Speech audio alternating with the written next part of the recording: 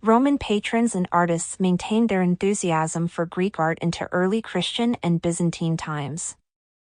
Indeed, so strong was the urge to emulate the work of great Greek artists that, as we have seen throughout this chapter, much of our knowledge of Greek achievements comes from Roman replicas of Greek artworks and descriptions of Greek art by Roman writers. 6. Etruscan and Roman art. Long before the Romans ruled the entire Italic peninsula as the center of an expanding empire, the Etruscans created a thriving culture in northern and central Italy. Etruscan artists were known throughout the Mediterranean world for their special sophistication in casting and engraving on bronze. Some of their most extraordinary works were created for domestic use, including a group of surviving cistae, cylindrical containers used by wealthy women as cases for toiletry articles such as mirrors, cosmetics, and perfume. This exquisitely wrought and richly decorated example, the Ficcaroni cista, named after an 18th-century owner, was made in the second half of the 4th century BCE and excavated in Palestrina, Fig. It was commissioned by an Etruscan woman named Dindia Macolnia as a gift for her daughter, perhaps on the occasion of her marriage. The artist Novios Placios signed the precisely engraved drawings around the cylinder, accomplished while the hammered bronze sheet from which it was constructed was still flat. First he incised lines within the metal and then filled them with a white substance to make them stand out. The cista's legs and handle, created by the figural group of Dionysus between two satyrs, were cast as separate pieces, attached during the assembly process. The natural poses and individualization of these figures, both incised and cast, recalls the relaxed but lively naturalism of Etruscan wall paintings, but the classicizing idealization of bodies and poses seems to come directly from contemporary Greek art. Furthermore, the use of broad foliate and ornamental bands to frame the frieze of figural narrative running around the cylinder matches the practice of famous Greek ceramic painters like Euphronios. As with Greek pots, the most popular subjects for cistae were Greek myths. Here Novios has engraved sequential scenes drawn from an episode in the story of the Argonauts' quest for the Golden Fleece. The sailors sought water in the land of King Amycos, but the hostile king would only give them water from his spring if they beat him in a boxing match. After the immortal Pollux defeated Amycos, the Argonauts tied the king to a tree, the episode highlighted on the side of the cista seen here. Novios Placios probably based the scene on a monumental, mid-4th century BCE Greek painting of the Argonauts by Kydias that seems to have been in Rome at this time, perhaps explaining why the artist tells us in his incised signature that he executed this work in Rome. The combination of cultural components coming together in the creation of this cista, Greek stylistic sources and the work of an Etruscan artist living in Rome, will continue as Roman art develops out of the native heritage of Etruria and the emulation of the imported classical heritage of the Greeks. The Etruscans at the end of the Bronze Age. A Central European people known as the Villanovans occupied the northern and western regions of the boot-shaped Italian peninsula, while the central area was home to people who spoke a closely related group of Italic languages, Latin among them. Beginning in the 8th century BCE, Greeks established colonies on the Italian mainland and in Sicily. From the 7th century BCE, people known as Etruscans, probably related to the Villanovans, gained control of the north and much of today's central Italy, an area known as Etruria. They reached the height of their power in the 6th century BCE, when they expanded into the Po River Valley to the north and the Campania region to the south. Map. Etruscan wealth came from fertile soil and an abundance of metal ore. Besides being farmers and metal workers, the Etruscans were also sailors and merchants, and they exploited their resources in trade with the Greeks and with other people of the eastern Mediterranean.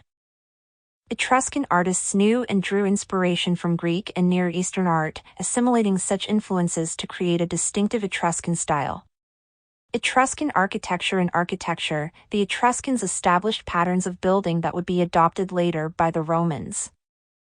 Cities were laid out on grid plans, like cities in Egypt and Greece, but more irregularly. Two main streets, one usually running north, south and the other east, west, divided the city into quarters, with the town's business district centered at their intersection. We know something about Etruscan domestic architecture within these quarters because they created house-shaped funerary urns and also decorated the interiors of tombs to resemble houses. Dwellings were designed around a central courtyard that was open to the sky, with a pool or cistern fed by rainwater. Walls with protective gates and towers surrounded Etruscan cities. The 3rd to 2nd century BCE city gate of Perugia, called the Porta Augusta, is one of the few surviving examples of Etruscan monumental architecture. Fig. A tunnel-like passageway between two huge towers, this gate is significant for anticipating the Roman use of the round arch, which is here extended to create a semicircular barrel vault over the passageway. A square frame surmounted by a horizontal decorative element resembling an entablature sets off the entrance arch, which is accentuated by a molding. The decorative section is filled with a row of circular panels, or roundels, alternating with rectangular, column-like upright strips called pilasters in an effect reminiscent of the Greek Doric frieze. Etruscan temples. The Etruscans incorporated Greek deities and heroes into their pantheon and, like the ancient Mesopotamians, used divination to predict future events. Beyond this and their burial practices, we know little about their religious beliefs. Our knowledge of the appearance of Etruscan temples comes from a few excavated foundations, from ceramic votive models, and from the later writings of the Roman architect Vitruvius, who compiled, sometime between 33 and 23 BCE, descriptions of the nature of Etruscan architecture. Etruscans built their temples with mud brick walls, columns and entablatures were made of wood or a quarried volcanic rock that hardens upon exposure to air. Vitruvius indicates that, like the Greeks, Etruscan builders also used the post and lintel structure and gable roofs, with bases, column shafts, and capitals recalling the Doric or Ionic order, and entablatures resembling a Doric frieze. Fig. Vitruvius used the term Tuscan order to describe the characteristic Etruscan variation of Doric, with an unfluted shaft and simplified base, capital, and entablature. Like the Greeks, the Etruscans built rectangular temples on a high platform, but often embedded them within urban settings. Rather than surrounding temples uniformly on all sides with a stepped stereobate and peristyle colonnade, as was the practice in Greece, see Figs. 1036, Etruscans built a single flight of stairs leading to a columned porch on one short side. An approach to siting and orientation also constitutes an important difference from Greek temples, which were built toward the center of an enclosed sacred precinct, see figures 12. 36, rather than on the edge of a courtyard or public square. Also, there was an almost even division in Etruscan temples between porch and interior space, which was often divided into 3 rooms, presumably for cult statues, cfig. 3b. Although Etruscan temples were simple in form, they were embellished with dazzling displays of painting and terracotta sculpture. The temple roof, rather than the pediment, served as a base for large statue groups. Etruscan artists excelled at the imposing technical challenge of making huge terracotta figures for placement on temples. A splendid example is a life-size figure of Apollo, Fig. To make such large clay sculptures, artists had to know how to construct figures so that they did not collapse under their own weight while the raw clay was still wet. They also had to regulate the kiln temperature during the long firing process. The names of some Etruscan terracotta artists have come down to us, including that of a sculptor from Veii called Volca, in whose workshop this figure of Apollo may have been created. Dating from about 510, 500 BCE and originally part of a 4-figure scene depicting one of the labors of Hercules, this boldly striding Apollo comes from the temple dedicated to Minerva and other gods in the sanctuary of Pornacho at Veii. 4 figures on the temple's ridgepole depicted Apollo and Hercules fighting for possession of a deer sacred to Diana, while she and Mercury looked on. Apollo's well-developed body and his archaic smile clearly demonstrate that Etruscan sculptors were familiar with the kuroe of their archaic Greek counterparts. But a comparison of the Apollo and a figure such as the Greek Inovisos Kouros, cfig. 20, reveals telling differences. Unlike the Greek kouros, the body of the Etruscan Apollo is partially concealed by a rippling robe that cascades in knife-edged pleats to his knees. The forward-moving pose of the Etruscan statue also has a dynamic vigor that is avoided in the balanced, rigid stance of the Greek figure. This sense of energy expressed in purposeful movement is a defining characteristic of Etruscan sculpture and painting. Tomb chambers like the Egyptians, the Etruscans seem to have conceived tombs as homes for the dead. The Etruscan cemetery of La Banditaccia at Cerveteri, in fact, was laid out as a small town, with streets running between the grave mounds. The tomb chambers were partially or entirely excavated below the ground, and some were hewn out of bedrock. They were roofed over, sometimes with corbel vaulting, and covered with dirt and stones. Etruscan painters had a remarkable ability to envision their subjects inhabiting a bright, tangible world just beyond the tomb. Vividly colored scenes of playing, feasting, dancing, hunting, fishing, and other leisure activities decorated the walls. In a late 6th century BCE tomb from Tarquinia, wall paintings show two boys spending a day in the country, surrounded by the graceful flights of brightly colored birds, fig. The boy to the left is climbing a hillside to the promontory of a cliff, soon to put aside his clothes and follow his naked companion, caught by the artist in mid-dive, plunging toward the water below. Such charming scenes of carefree diversions, removed from the routine demands of daily life, seem to promise a pleasurable post-mortem existence to the occupant of this tomb. But this diver could also symbolize the deceased's own plunge from life into death. In a painted frieze in the tomb of the Triclinium, somewhat later but also from Tarquinia, the diversions are more mature in focus as young men and women frolic to the music of the lyre and double flute within a room whose ceiling is enlivened with colorful geometric decoration, fig. These dancers line the side walls, composed within a carefully arranged setting of stylized trees and birds, while at the end of the room couples recline on couches enjoying a banquet as cats prowl underneath the table looking for scraps. The immediacy of this wall painting is striking. Dancers and diners, women as well as men, are engaging in the joyful customs and diversions of human life as we know it. Some tombs were carved out of the rock to resemble rooms in a house. The tomb of the reliefs, for example, seems to have a flat ceiling supported by square stone posts, fig. Its walls were plastered and painted, and it was fully furnished. Couches were carved from stone, and other fittings were formed of stucco, a slow-drying type of plaster that can be easily molded and carved.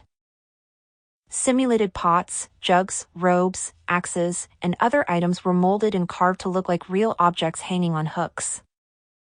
Could the animal rendered in low relief at the bottom of the post just left of center be the family pet? The remains of the deceased were placed in urns or sarcophagi made of clay or stone. On the terracotta sarcophagus from Cerveteri, dating from about 520 BCE, fig. A husband and wife are shown reclining comfortably on a dining couch. The smooth, lifelike forms of their upper bodies are vertical and square-shouldered, but their hips and extended legs seem to sink into the softness of the couch. Rather than a somber memorial to the dead, we encounter two lively individuals with alert eyes and warm smiles.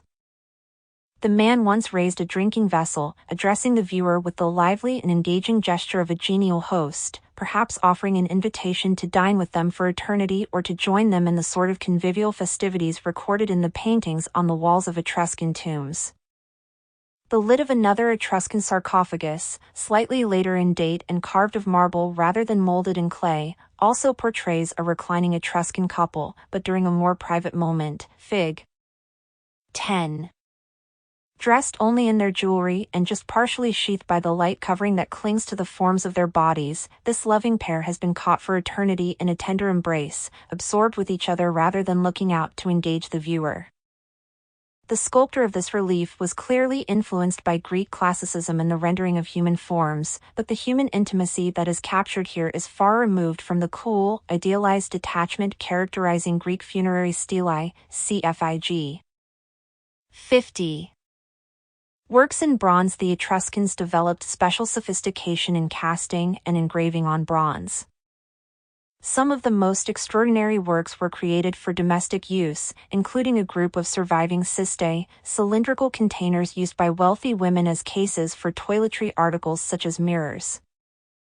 The richly decorated Ficcaroni cista, dated to the second half of the 4th century BCE and found in Palestrina, CFIG, was made by Novios Placios for a woman named Dindia Macolnia, who gave it to her daughter.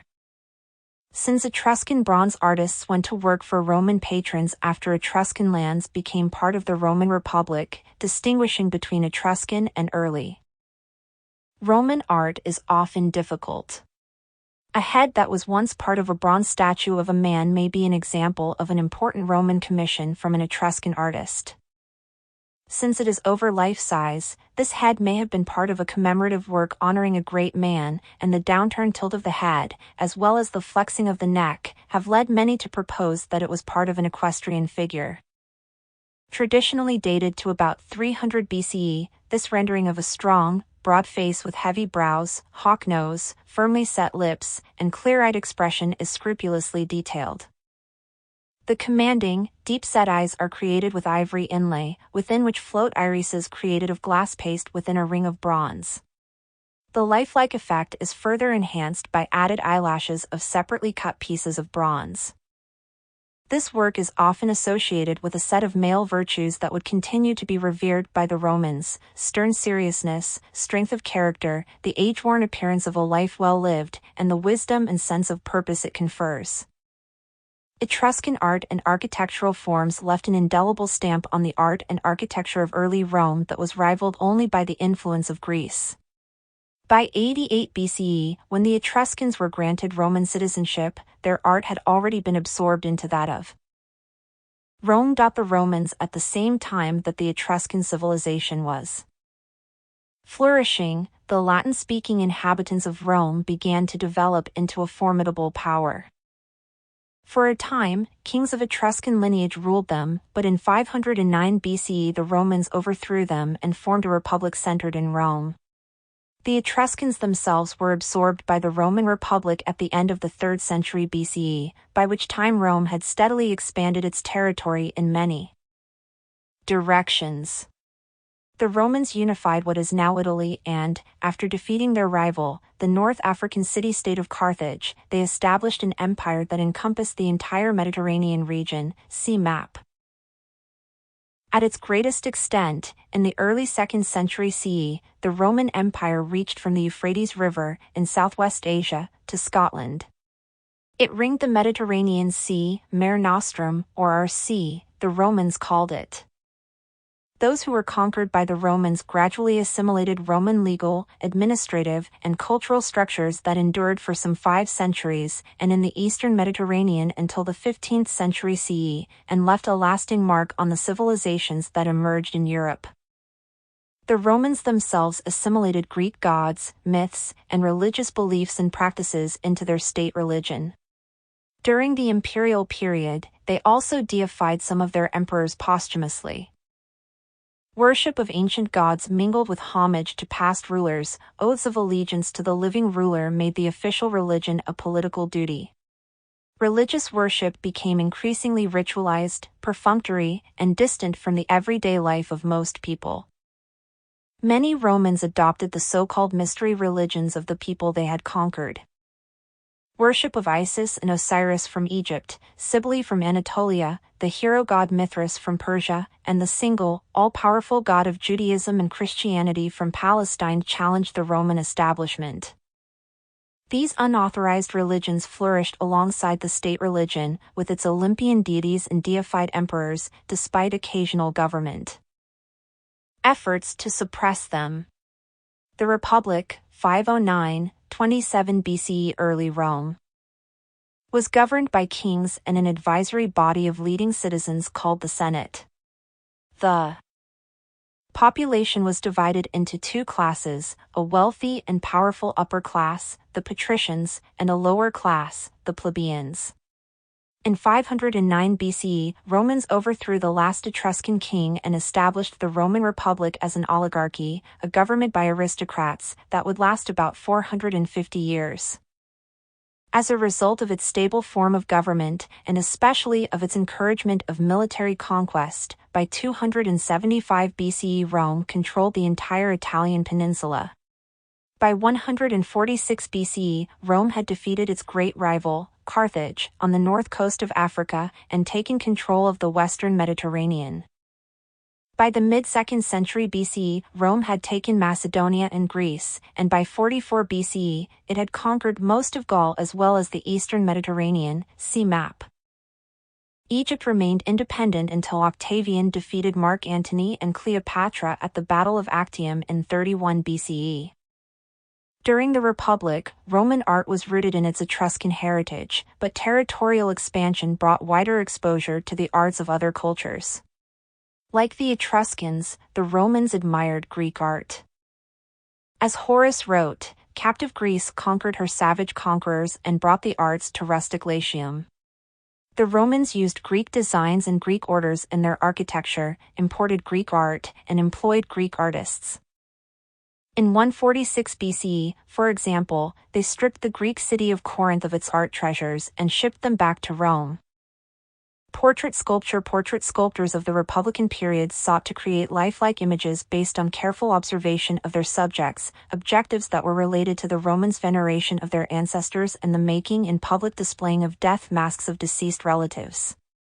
Perhaps growing out of this early tradition of maintaining images of ancestors as death masks, a new Roman artistic ideal emerged during the Republican period in relation to portrait sculpture, an ideal quite different from the one we encountered in Greek classicism. Instead of generalizing a human face, smoothed of its imperfections and caught in a moment of detached abstraction, this new Roman idealization emphasized, rather than suppressed, the hallmarks of advanced age and the distinguishing aspects of individual likenesses. This mode is most prominent in portraits of Roman patricians, Fig. 13, whose time-worn faces embody the wisdom and experience that come with old age.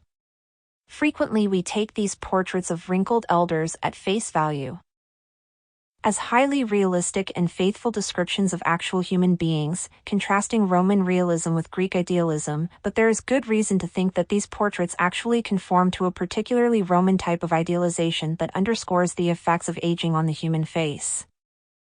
The life-size bronze portrait of Aulus Metellus, the Roman official's name is inscribed on the hem of his garment in Etruscan letters. Fig. 15, dates to about 80 BCE. The statue, known from early times as the orator, depicts a man addressing a gathering, his arm outstretched and slightly raised, a pose expressive of rhetorical persuasiveness.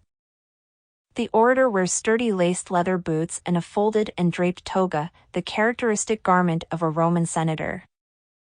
Perhaps the statue was mounted on an inscribed base in a public space by officials grateful for Aulus' benefactions on behalf of their city.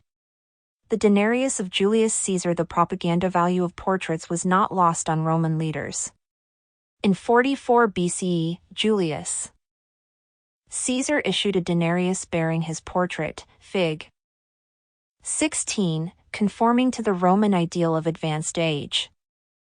He was the first Roman leader to place his own image on a coin, initiating a practice that would be adopted by his successors, but at the time when this coin was minted, it smacked of the sort of megalomaniacal behavior that would ultimately lead to his assassination.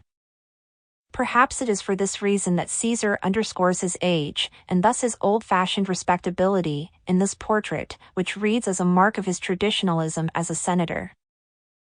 But the inscription placed around his head, Caesar dict perpetuo, or Caesar, dictator forever, certainly contradicts the ideal embodied in the portrait. Roman temples architecture during the Roman Republic reflected both Etruscan and Greek practices.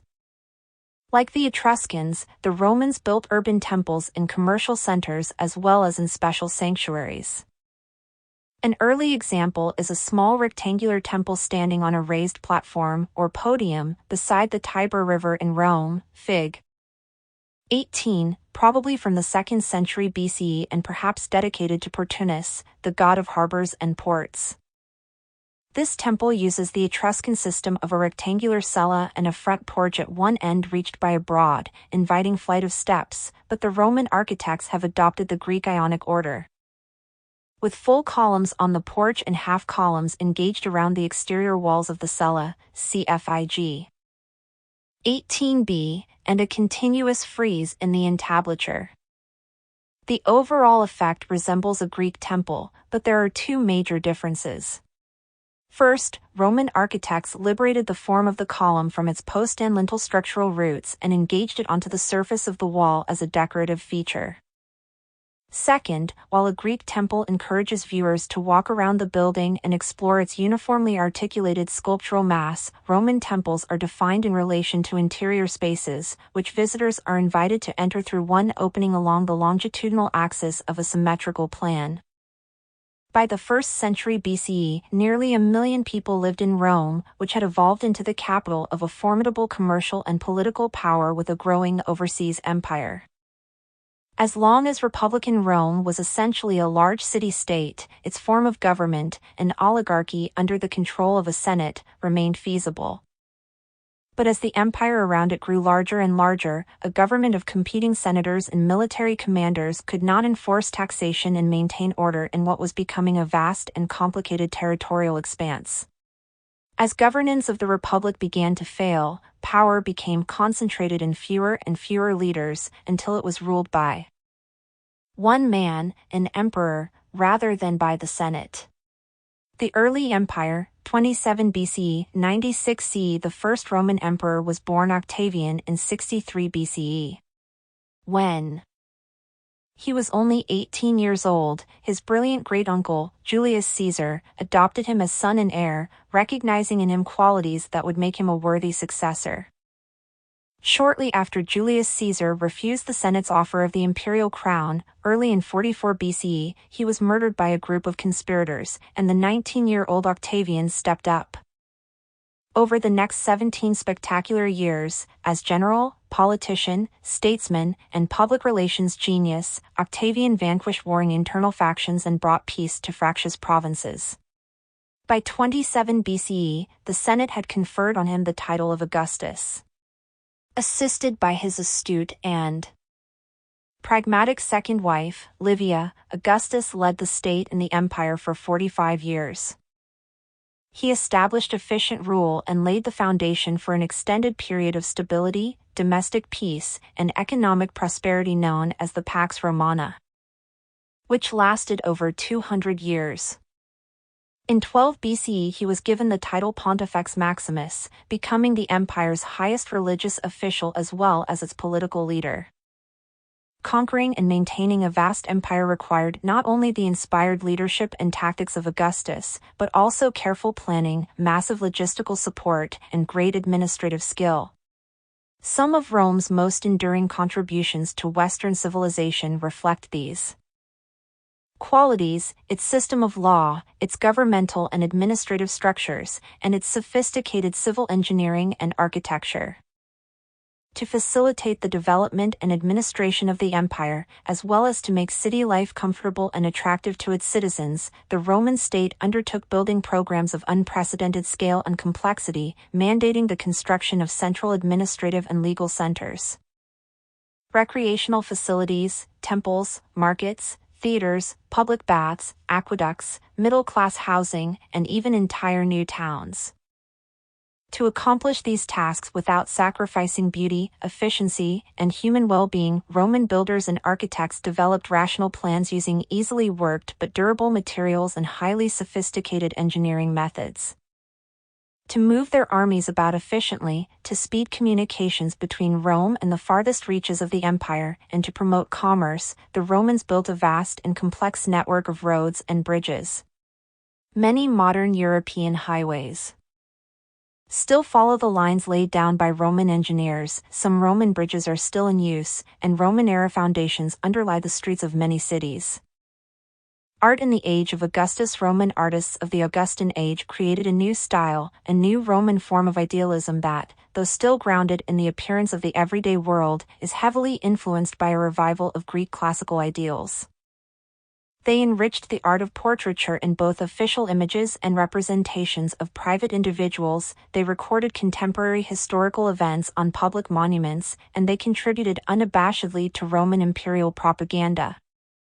Augustus of Primaporta in the sculpture known as Augustus of Primaporta, Fig. 19, because it was discovered in Livia's villa at Primaporta, near Rome, cfig. 32, we see the emperor as he wanted to be seen and remembered. This work demonstrates the creative combination of earlier sculptural traditions that is a hallmark of Augustan art. In its idealization of a specific ruler and his prowess, the sculpture also illustrates the way Roman emperors would continue to use portraiture for propaganda that not only expressed their authority directly, but rooted it in powerfully traditional stories and styles. The sculptor of this larger-than-life marble statue adapted the standard pose of a Roman orator, cfig. 15, by melding it with the contrapposto and canonical proportions developed by the Greek high classical sculptor Polykleitos, as exemplified by his spear-bearer. Like the heroic Greek figure, Augustus' portrait captures him in the physical prime of youth, far removed from the image of advanced age idealized in the coin portrait of Julius Caesar. Although Augustus lived almost to age 76, in his portraits he is always a vigorous ruler, eternally young. But like Caesar, and unlike the spear-bearer, Augustus' face is rendered with the kind of details that make this portrait an easily recognizable likeness. To this combination of Greek and Roman traditions, the sculptor of the Augustus of Primaporta added mythological and historical imagery that exalts Augustus' family and celebrates his accomplishments. Cupid, son of the goddess Venus, rides a dolphin next to the emperor's right leg, a reference to the claim of the emperor's family, the Julians, to descend from the goddess Venus through her human son Aeneas. Augustus' anatomically conceived cuirass is also covered with figural imagery. Mid-torso is a scene representing Augustus' 20 BCE diplomatic victory over the Parthians. A Parthian returns a Roman military standard to a figure variously identified as a Roman soldier or the goddess Roma.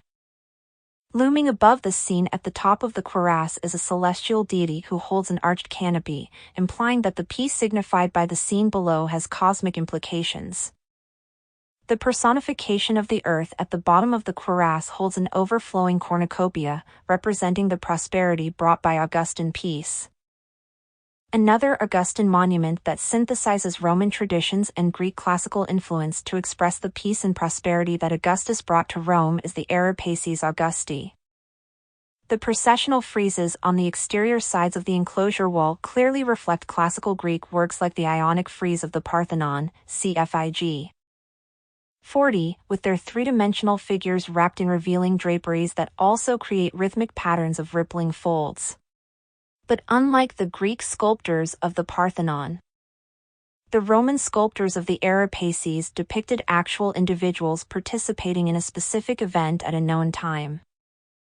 The classical style may evoke the general notion of a golden age, but the historical references and identifiable figures in the Arapaces procession associate that golden age specifically with Augustus and his dynasty. The Julio-Claudians. After his death in 14 CE, Augustus was deified by decree of the Roman Senate and succeeded by his stepson Tiberius. In acknowledgement of the lineage of both, Augustus from Julius Caesar and Tiberius from his father, Tiberius Claudius Nero, Livia's first husband, the dynasty is known as the Julio-Claudian. It ended with the death of Nero in 68 CE.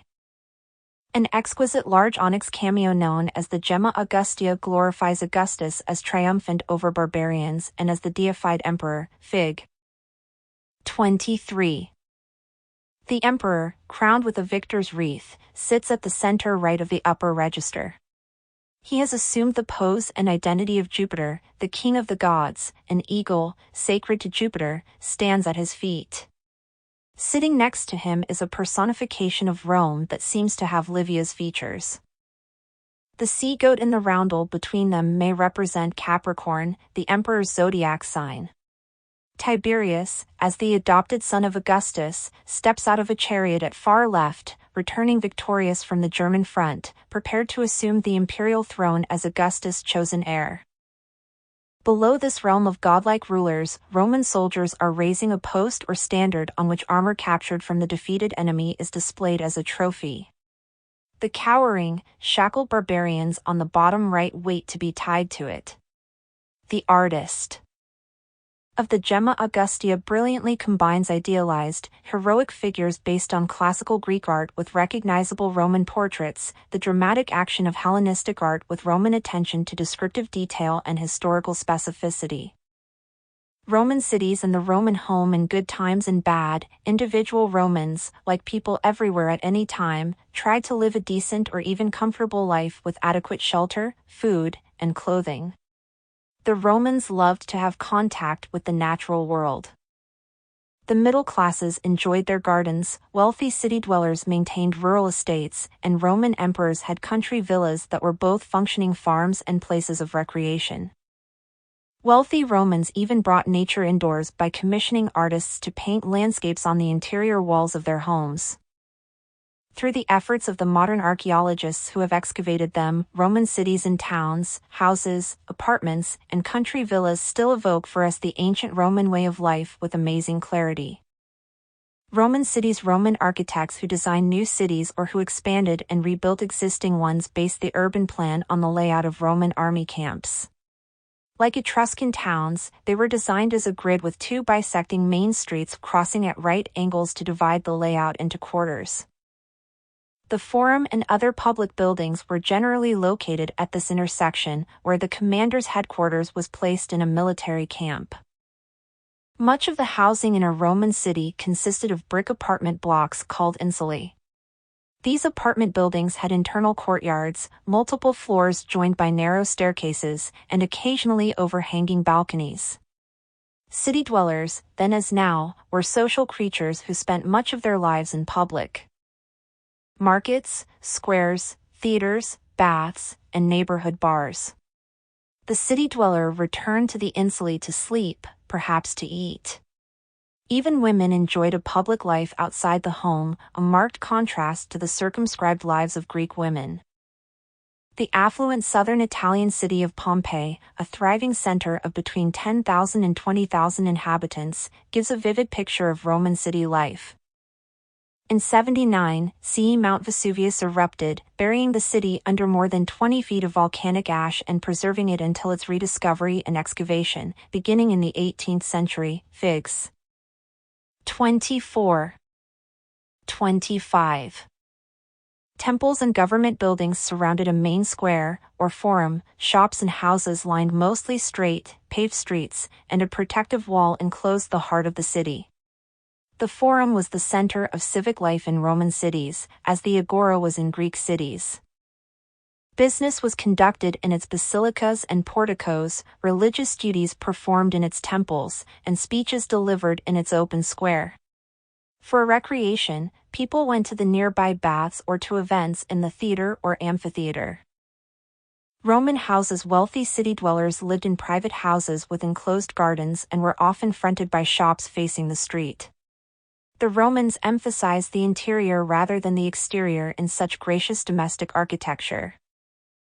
A Roman house usually consisted of small rooms laid out around one or two open courts, the atrium and the peristyle. Fig. 26. People entered the house from the street through a vestibule and stepped into the atrium, a large space with an impluvium. The peristyle was a planted courtyard, farther into the house, enclosed by columns. Off the peristyle was the formal reception room or office called the tablinum, and here the head of the household conferred with clients. Portrait. Busts of the family's ancestors might be displayed in the tablinum or in the atrium. The private areas, such as the family dining and sitting rooms, as well as bedrooms, and service areas, such as the kitchen and servants' quarters, could be arranged around the peristyle or the atrium. In Pompeii, where the mild southern climate permitted gardens to flourish year-round, the peristyle was often turned into an outdoor living room with painted walls, fountains, and sculpture, as in the mid-1st century CE remodeling of the 2nd century BCE House of the Vetii.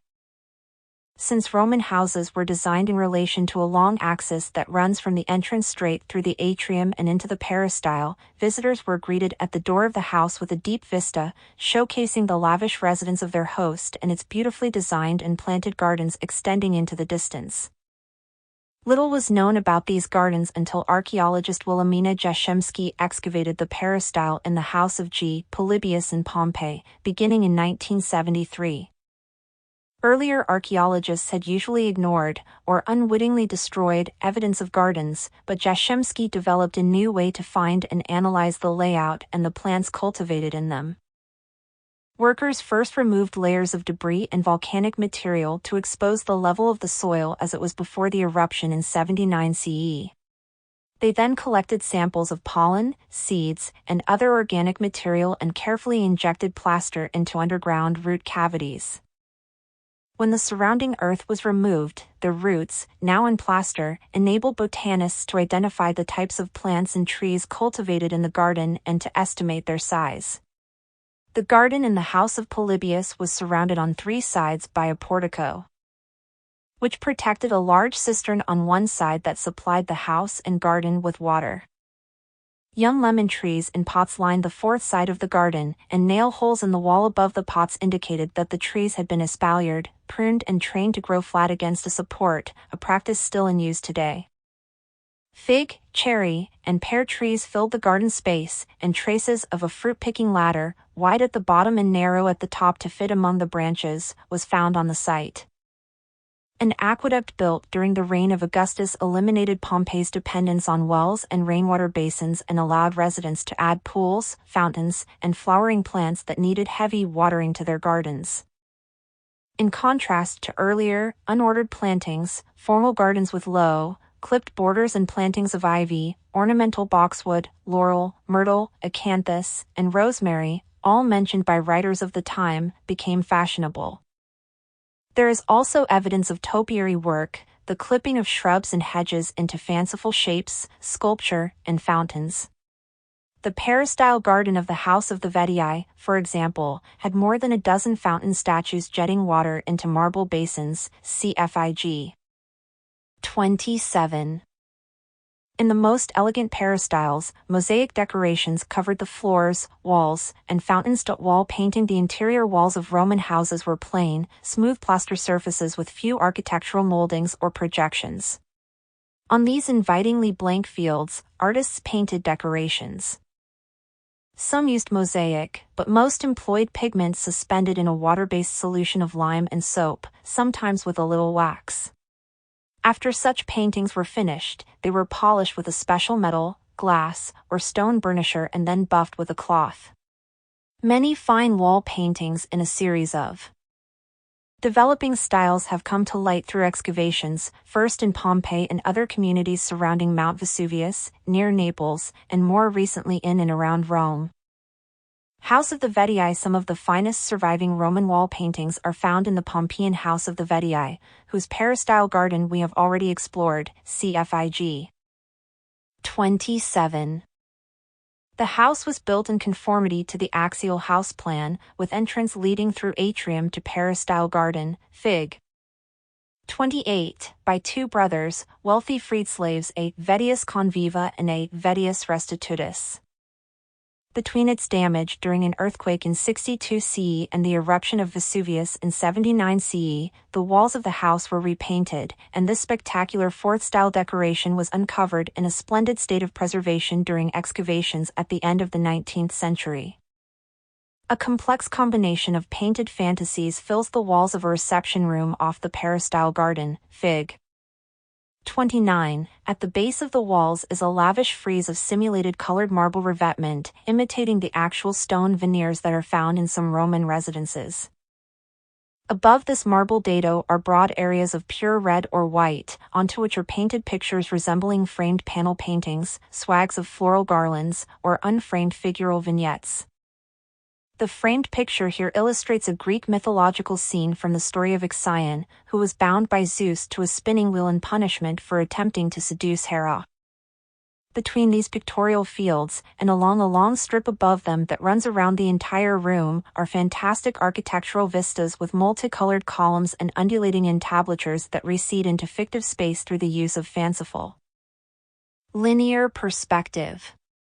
The fact that this fictive architecture is occupied here and there by volumetric figures only enhances the sense of three-dimensional spatial definition.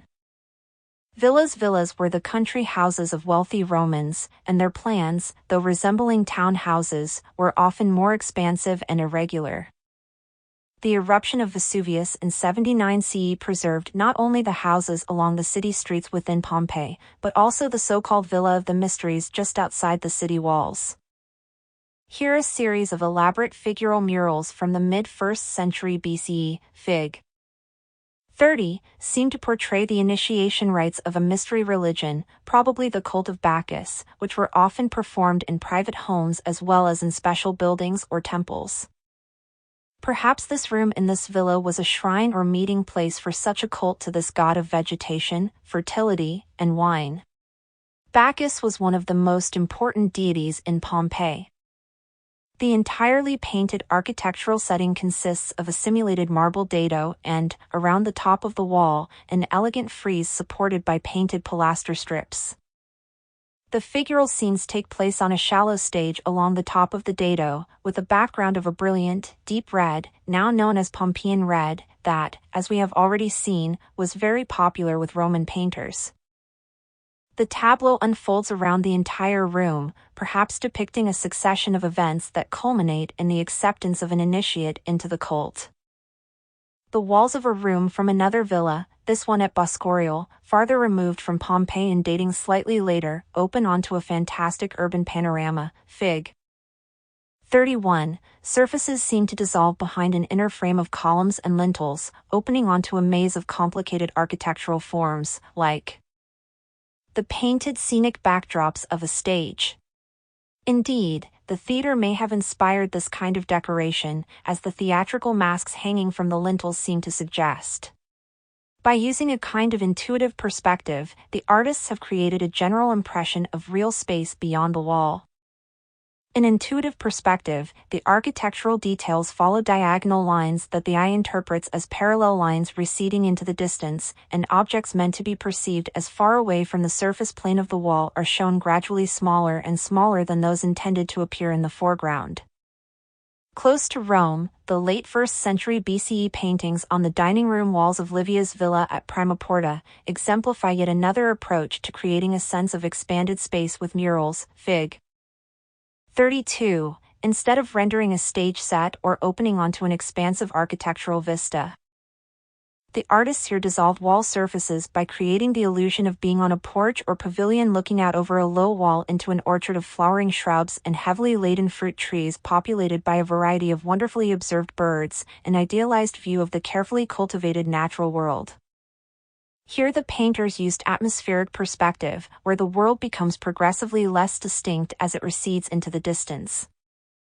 Roman realism in details, still lives and portraits in addition to cityscapes, landscapes and figural tableaus. Other subjects that appeared in Roman art included exquisitely rendered genre scenes, still lives, and portraits. A still life panel from Herculaneum, a community in the vicinity of Mount Vesuvius near Pompeii, depicts everyday domestic objects, still green peaches just picked from the tree and a glass jar half filled with water, Fig. 34. The items have been carefully arranged on two-stepped shelves to give the composition clarity and balance. A strong, clear light floods the picture from left to right, casting shadows, picking up highlights, and enhancing the illusion of solid objects in real space. Few Pompeian paintings are more arresting than a double portrait of a young husband and wife, Fig. 35, who look out from their simulated spatial world beyond the wall into the viewer's space within the room. The swarthy, wispy-bearded man addresses us with a direct stare, holding a scroll in his left hand, a conventional attribute of educational achievement seen frequently in Roman portraits. Though his wife overlaps him to stake her claim to the foreground, her gaze out at us is less direct. She also holds fashionable attributes of literacy, the stylus she elevates in front of her chin and the folding writing tablet on which she would have used the stylus to inscribe words into a wax infill. This picture is comparable to a modern studio portrait photograph, perhaps a wedding picture, with its careful lighting and retouching, conventional poses and accoutrements. But the attention to Physiognomic detail: note the differences in the spacing of their eyes and the shapes of their noses, ears, and lips, makes it quite clear that we are in the presence of actual human likenesses. The Flavians. The Julio-Claudian dynasty ended with the suicide of Nero in 68 CE, which led to a brief period of civil war. Eventually, an astute general, Vespasian, seized control of the government in 69 CE, founding a new dynasty known as the Flavian, practical military men who inspired confidence and ruled for the rest of the 1st century, restoring the imperial finances and stabilizing the frontiers. They replaced the Julio-Claudian fashion for classicizing imperial portraiture with a return to the ideal of time-worn faces, enhancing the effects of old age. The Arch of Titus. When Domitian assumed the throne in 81 CE, he immediately commissioned a triumphal arch to honor the capture of Jerusalem in 70 CE by his brother and deified predecessor, Titus. Part architecture, part sculpture, and distinctly Roman, freestanding triumphal arches commemorate a triumph or formal victory celebration, during which a victorious general or emperor paraded through Rome with his troops, captives, and booty. Constructed of concrete and faced with marble, the Arch of Titus, Fig. 36, is essentially a freestanding gateway whose passage is covered by a barrel vault and which served as a giant base, 50 feet tall, for a lost bronze statue of the emperor in a 4-horse chariot, a typical triumphal symbol. Applied to the faces of the arch are columns in the composite order supporting an entablature. The inscription on the uppermost, or attic, story declares that the Senate and the Roman people erected the monument to honor Titus. Titus' capture of Jerusalem ended a fierce campaign to crush a revolt of the Jews in Palestine. The Romans sacked and destroyed the temple in Jerusalem, carried off its sacred treasures, then displayed them in a triumphal procession in Rome, Fig. 37. A relief on the inside walls of the arch, capturing the drama of the occasion, depicts Titus' soldiers flaunting this booty as they carry it through the streets of Rome. The soldiers are headed toward the right and through an arch, turned obliquely to project into the viewer's own space, thus allowing living spectators a sense of the press of a boisterous, disorderly crowd. They might expect at any moment to hear soldiers and onlookers shouting and chanting. The mood of the procession depicted in this relief contrasts with the relaxed but formal solemnity of the procession portrayed on the Arapaces, CFIG. 22. But like the sculptors of the Arapaces, the sculptors of the Arch of Titus showed the spatial relationships among figures by varying the depth of the relief to render nearer elements in higher relief than those more distant. A menorah from the temple in Jerusalem dominates the scene, rendered as if seen from the low point of view of a spectator at the event. The Flavian amphitheater. Romans were huge sports fans, and the Flavian emperors catered to their tastes by building splendid facilities. Construction of the Flavian amphitheater, Rome's greatest arena, figures 38. 39, began under Vespasian in 70 CE and was completed under Titus, who dedicated it in 80 CE.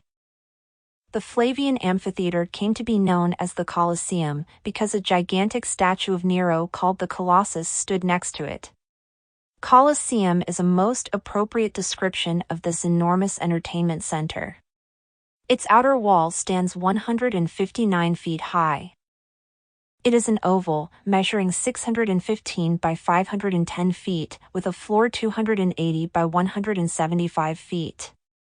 This floor was laid over a foundation of service rooms and tunnels that provided an area for the athletes, performers, animals, and equipment.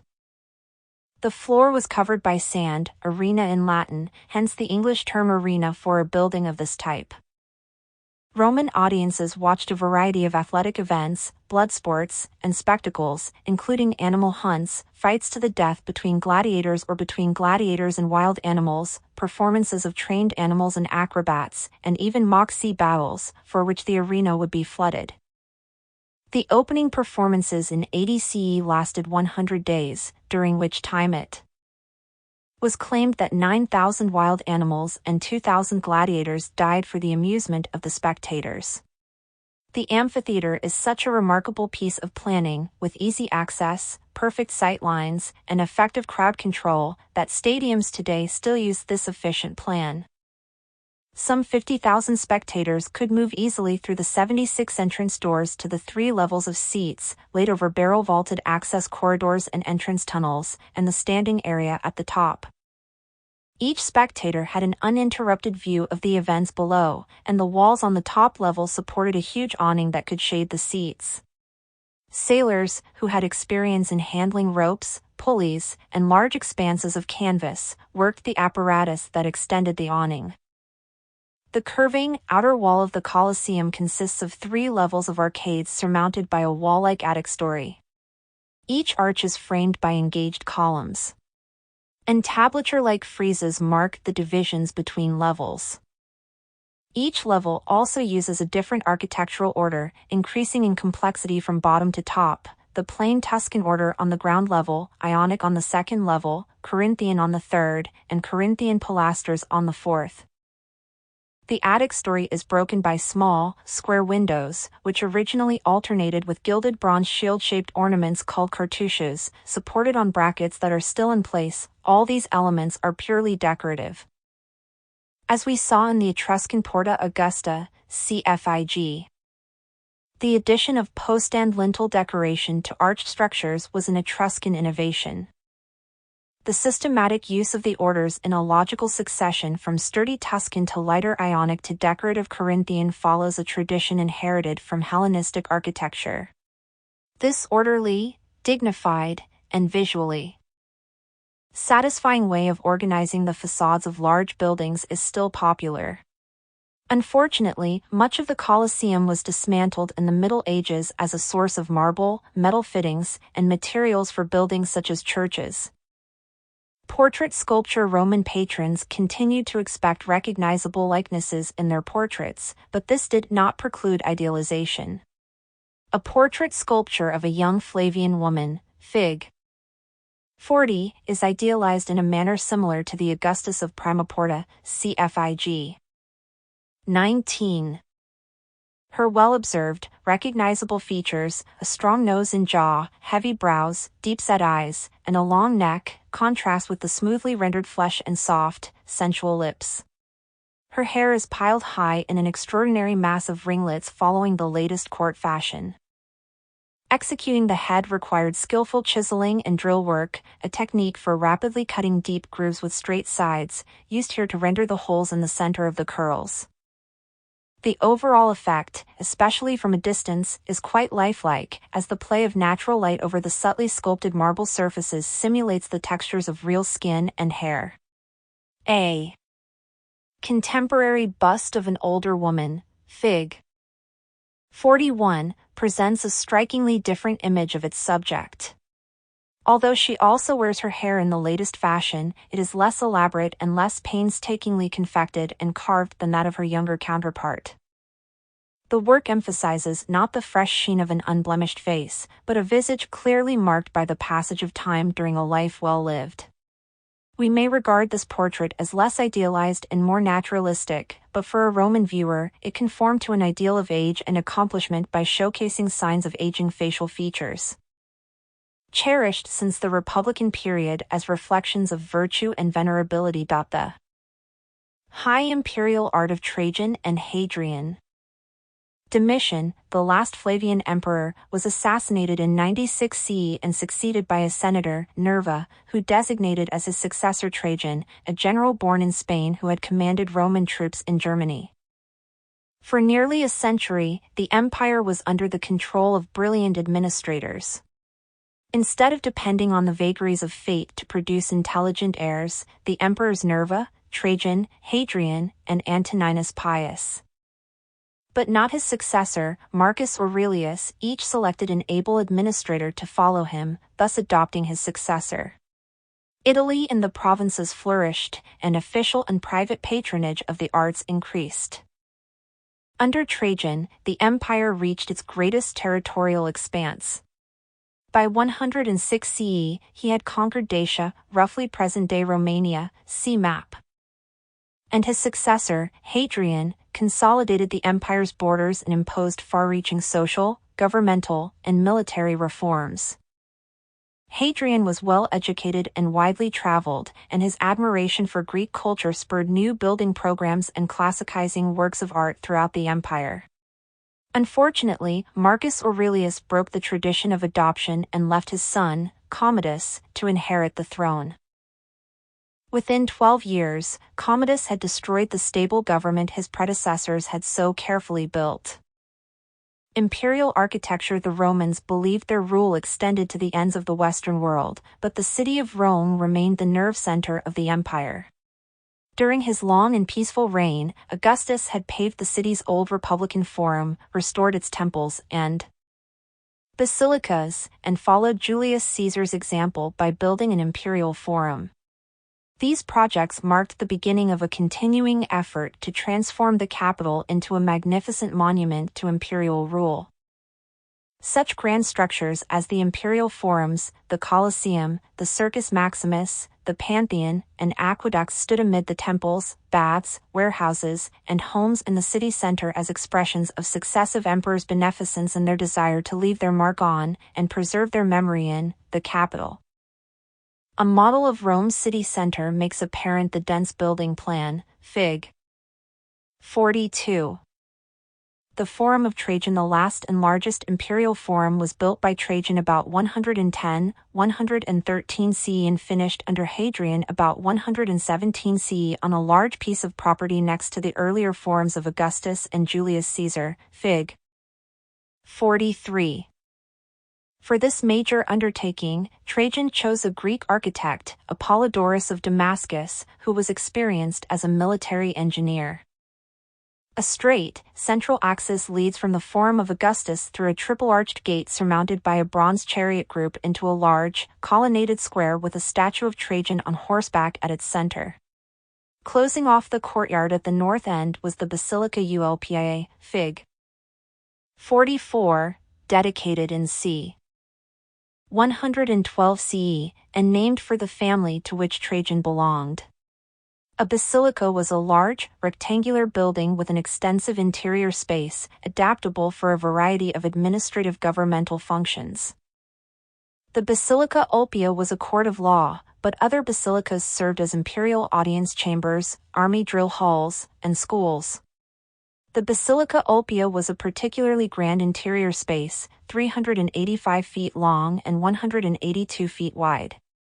A large central area was flanked by double colonnaded aisles surmounted by open galleries or by a clerestory, an upper nave wall with windows. The timber truss roof had a span of about 80 feet.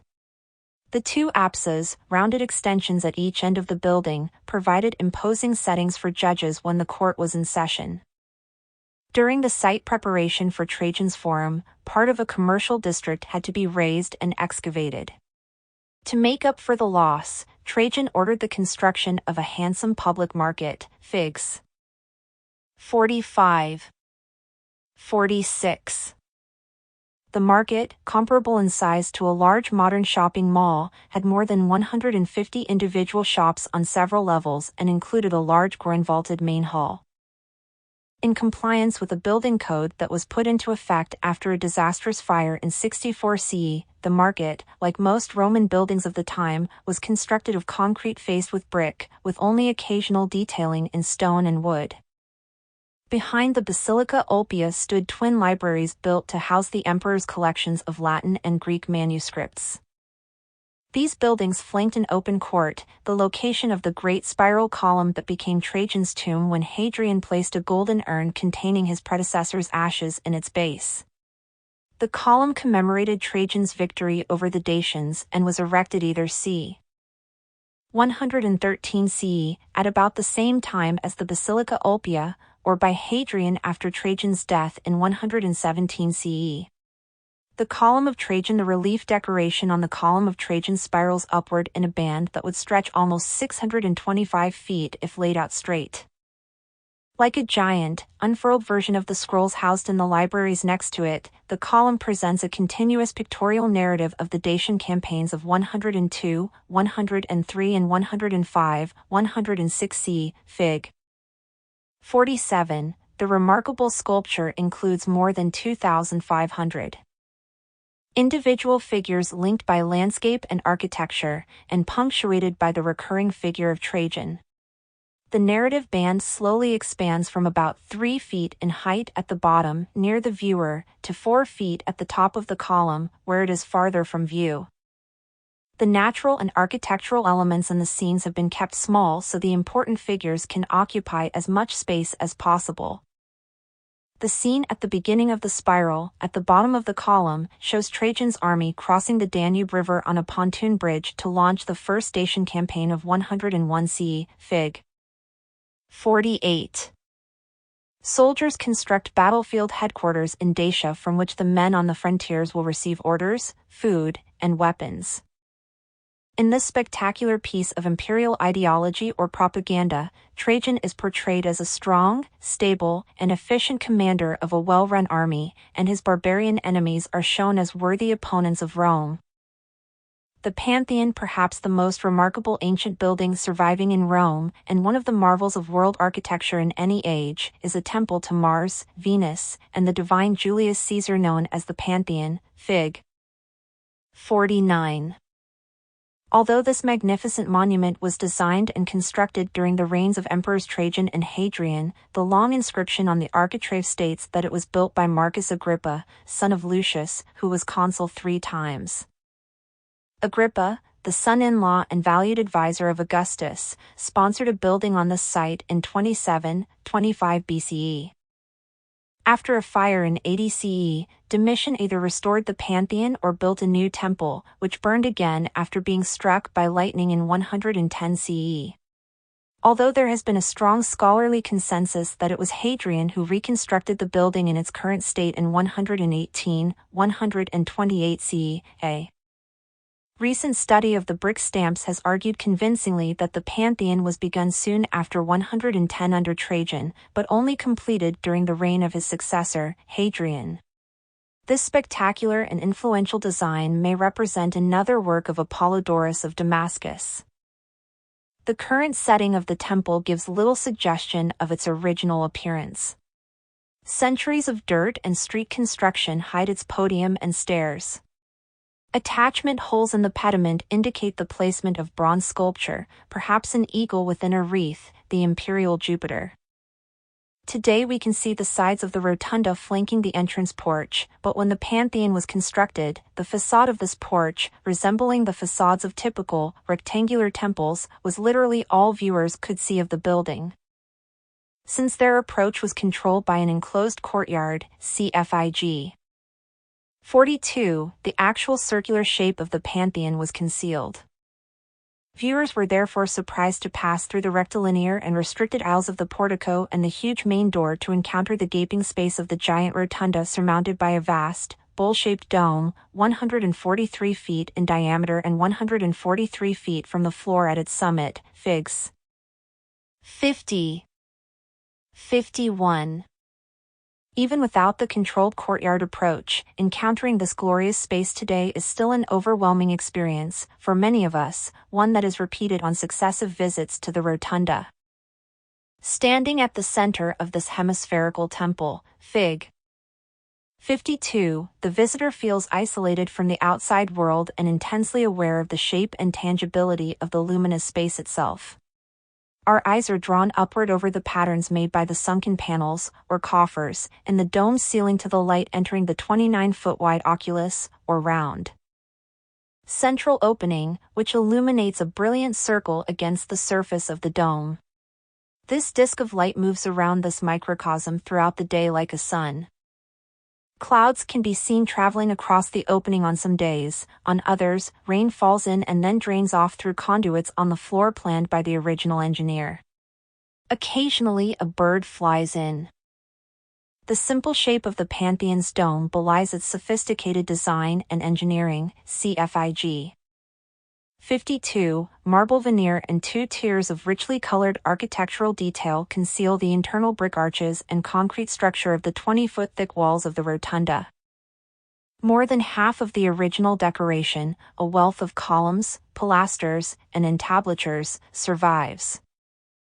The simple repetition of square against circle, established on a large scale by juxtaposing the rectilinear portico against the circular rotunda, is found throughout the building's ornamentation. The wall is punctuated by 7 exedrae, rectangular alternating with semicircular, that originally held statues of gods. The square, box-like coffers inside the dome, which help lighten the weight of the masonry, may once have contained gilded bronze rosettes or stars suggesting the heavens. In 609 CE, Pope Boniface IV rededicated the Pantheon as the Christian Church of St. Mary of the Martyrs, thus ensuring its survival through the Middle Ages and down to our day. Hadrian Villa at Tivoli. To imagine imperial Roman life at its most luxurious, one must go to Tivoli, a little more than 20 miles from Rome. Hadrian Villa, or country residence, was not a single building but an architectural complex of many buildings, lakes, and gardens spread over half a square mile. Fig. 53. Each section had its own inner logic, and each took advantage of natural land formations and attractive views. Hadrian instructed his architects to recreate his favorite places throughout the empire so he could pretend to enjoy the Athenian Grove of Academe, the painted Stoa from the Athenian Agora, and buildings of the Ptolemaic capital of Alexandria in Egypt. Landscapes with pools, fountains, and gardens turned the villa into a place of sensuous delight. An area with a long reflecting pool, called the canal, was framed by a colonnade with alternating semicircular and straight entablatures. Fig. 54. Copies of famous Greek statues, sometimes even originals, filled the spaces between columns. So great was Hadrian's love of Greek sculpture that he even had the caryatids of the Erechtheion, cfig. 45, replicated for his pleasure palace. The individual buildings were not large, but they were extremely complex and imaginatively designed, exploiting fully the flexibility offered by concrete vaulted construction. Walls and floors had veneers of marble and travertine or of exquisite mosaics and paintings. A panel from one of the floor mosaics, Fig. 55, demonstrates the extraordinary artistry of Hadrian's mosaicists. In a rocky landscape with only a few bits of greenery, a desperate male centaur raises a large boulder over his head to crush a tiger that has attacked and severely wounded a female centaur. 2 other felines apparently took part in the attack, the white leopard on the rocks to the left and the dead lion at the feet of the male centaur. The artist rendered the figures with 3-dimensional shading, foreshortening, and a great sensitivity to a range of figure types, including human torsos and powerful animals in a variety of poses. Imperial portraits were objects of propaganda, proclaiming the accomplishments and pretensions of emperors. Marcus Aurelius, like Hadrian, was a successful military commander who was equally proud of his intellectual attainments. In a lucky error, or twist of fortune, a gilded bronze equestrian statue of the emperor, dressed as a military commander in a tunic and short, heavy cloak, Fig. 57, came mistakenly to be revered during the Middle Ages as a statue of Constantine, the first Christian emperor, and consequently the sculpture escaped being melted down. The raised foreleg of his horse once trampled a crouching barbarian. Marcus Aurelius' head, with its thick, curly hair and full beard, resembles traditional philosopher portraits from the Greek world.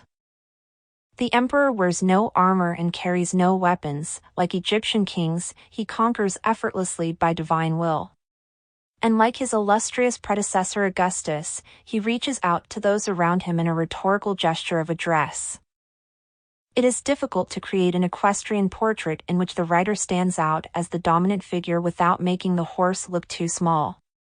The sculptor of this statue found a balance acceptable to viewers of the time and, in doing so, created a model for later artists.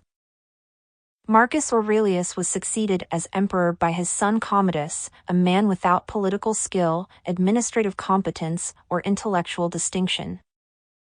During his unfortunate reign, he devoted himself to luxury and frivolous pursuits, claiming at various times to be the reincarnation of Hercules and the incarnation of the god Jupiter. When he proposed to assume the consulship dressed and armed as a gladiator, his associates, including his mistress, arranged to have him strangled in his bath by a wrestling partner. In a spectacular marble bust, the emperor poses as Hercules, Fig. 58, adorned with references to the hero's legendary labors, Hercules' club, the skin and head of the Nemean lion, and the golden apples from the garden of the Hesperides. Commodus' likeness emphasizes his family resemblance to his more illustrious and powerful father, Fig. 57, but it also captures his vanity, through the grand pretensions of his costume and the classical associations of his body type. The sculptor's sensitive modeling and expert drill work exploit the play of light and shadow on the figure to bring out the textures of the hair, beard, facial features, and drapery, and to capture the illusion of life and movement. Funerary sculpture during the 2nd and 3rd centuries, a shift from cremation to inhumation created a growing demand for sarcophagi in which to bury the bodies of the deceased. Wealthy Romans commissioned thousands of massive and elaborate marble sarcophagi, encrusted with sculptural relief, created in large production workshops throughout the Roman Empire. In 1885, 9 particularly impressive sarcophagi were discovered in private underground burial chambers built for use by a powerful, aristocratic Roman family, the Calpurnii Pisans. One of these sarcophagi, from c. 190 CE, portrays the Indian triumph of Dionysus. This is a popular theme in late 2nd century CE sarcophagi, but here the carved relief is of especially high quality, complex but highly legible at the same time. The mythological composition owes a debt to imperial ceremony. Dionysus, at far left in a chariot, receives from a personification of victory standing behind him a laurel crown, identical to the headdress worn by Roman emperors during triumphal processions. Also derived from state ceremony is the display of booty and captives carried by the elephants at the center of the composition. But religion, rather than statecraft, is the real theme here. The set of sarcophagi to which this belongs proclaims the family's adherence to a mystery cult of Dionysus that focused on themes of decay and renewal, death and rebirth. The triumph of the deceased over death is the central message here, not one particular episode in the life of Dionysus himself. The late Empire, 3rd and 4th centuries CE. The comfortable life suggested by the wall paintings in Roman houses and villas was, within a century, to be challenged by hard times.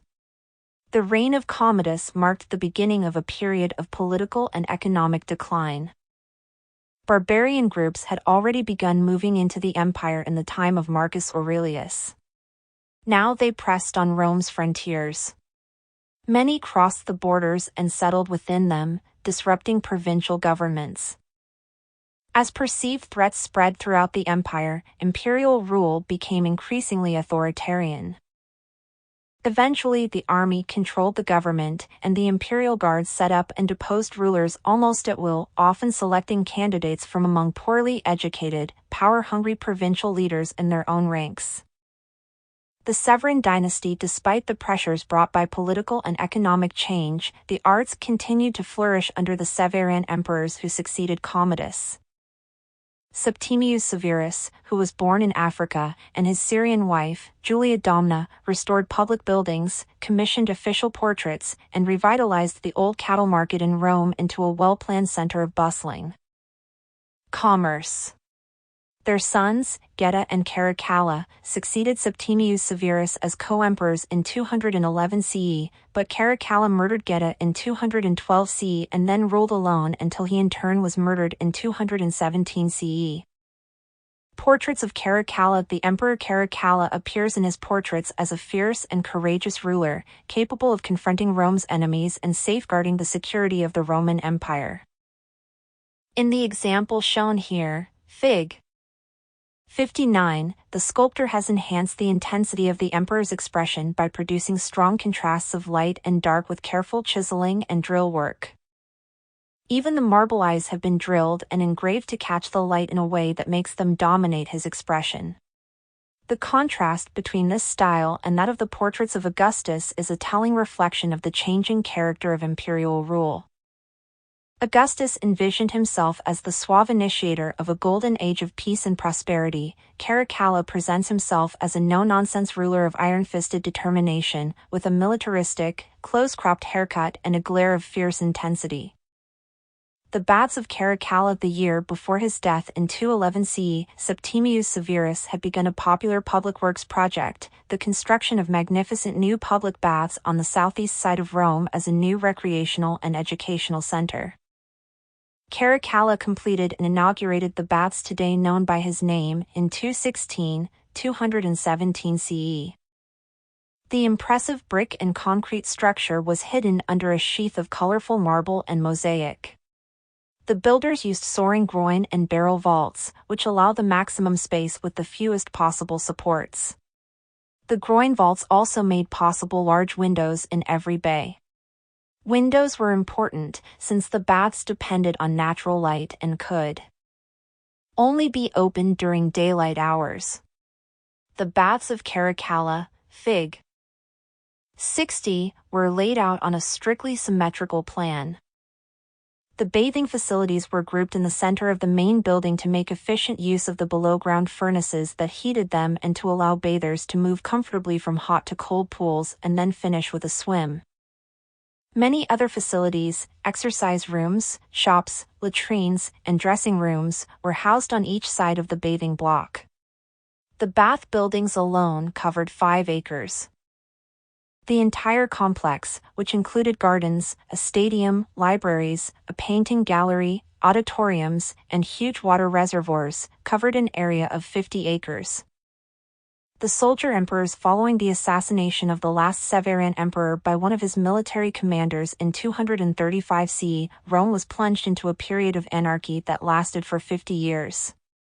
A series of soldier emperors attempted to rule the empire, but real order was only restored by Diocletian, also a military commander.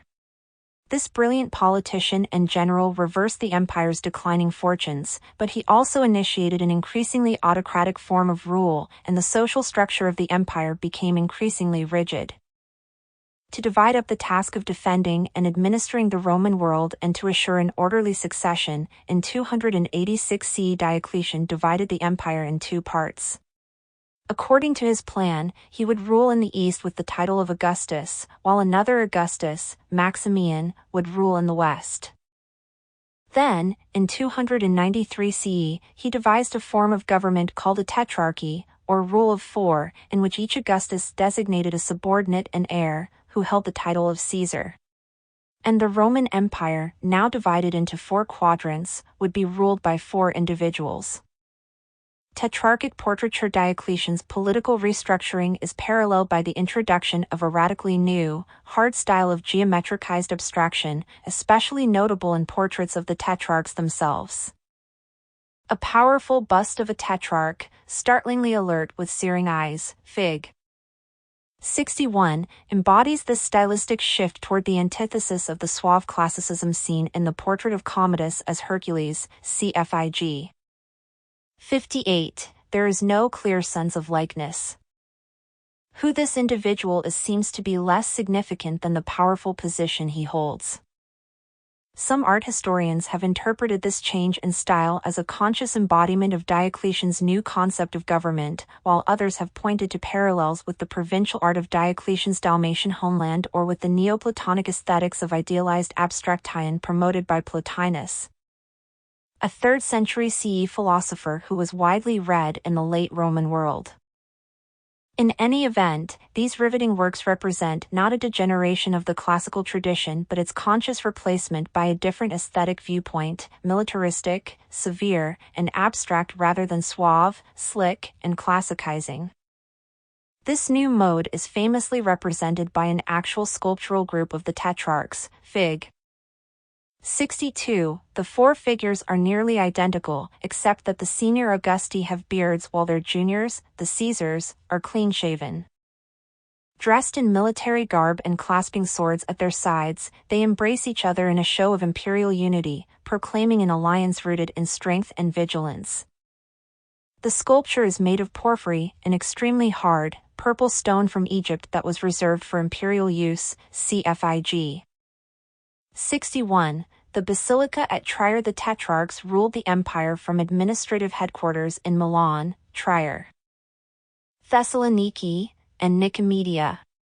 Imposing architecture was created to house the government in these new capital cities. In Trier, for example, Constantius Chlorus and his son Constantine fortified the city with walls and a monumental gate that still stand. They built public amenities, such as baths, and a palace with a huge audience hall, later used as a Christian church, Figs. 63. 64. This early 4th century basilica's large size and simple plan and structure exemplify the architecture of the Tetrarchs, no nonsense, imposing buildings that would impress their subjects. The audience hall is a large rectangular building, 190 by 95 feet, with a strong directional focus given by a single apse opposite the door. Brick walls, originally stuccoed on the outside and covered with marble veneer inside, are pierced by 2 rows of arched windows. A flat roof, nearly 100 feet above the floor, covers both the nave and the apse. In a concession to the northern climate, the building was centrally heated with hot air flowing under the floor, a technique also used in Roman baths. The windows of the apse create an interesting optical effect. Slightly smaller than the windows in straight side walls, they create the illusion of greater distance, so that the tetrarch enthroned in the apse would appear larger than life and the hall would seem longer than it actually is. Constantine the Great in 305 CE, Diocletian abdicated and forced his fellow Augustus, Maximian, to do so too. The orderly succession he had planned for failed to occur, and a struggle for position and advantage followed almost immediately. 2 main contenders appeared in the Western Empire, Maximian's son Maxentius, and Constantine, son of Tetrarch Constantius Chlorus. Constantine emerged victorious in 312, defeating Maxentius at the Battle of the Milvian Bridge at the entrance to Rome. According to Christian tradition, Constantine had a vision the night before the battle in which he saw a flaming cross in the sky and heard these words, "In this sign you shall conquer." The next morning he ordered that his army's shields and standards be inscribed with the monogram XP. The victorious Constantine then showed his gratitude by ending the persecution of Christians and recognizing Christianity as a lawful religion. He may have been influenced in that decision by his mother, Helena, a devout Christian, later canonized. Whatever his motivation, in 313 CE, together with Licinius, who ruled the Eastern Empire, Constantine issued the Edict of Milan, a model of religious toleration. The edict granted freedom to all religious groups, not just Christians. Constantine, however, remained the Pontifex Maximus of Rome's state religion and also reaffirmed his devotion to the military's favorite god, Mithras, and to the invincible sun, Sol Invictus, a manifestation of Helios Apollo, the sun god. In 324 CE, Constantine defeated Licinius, his last rival, and ruled as sole emperor until his death in 337.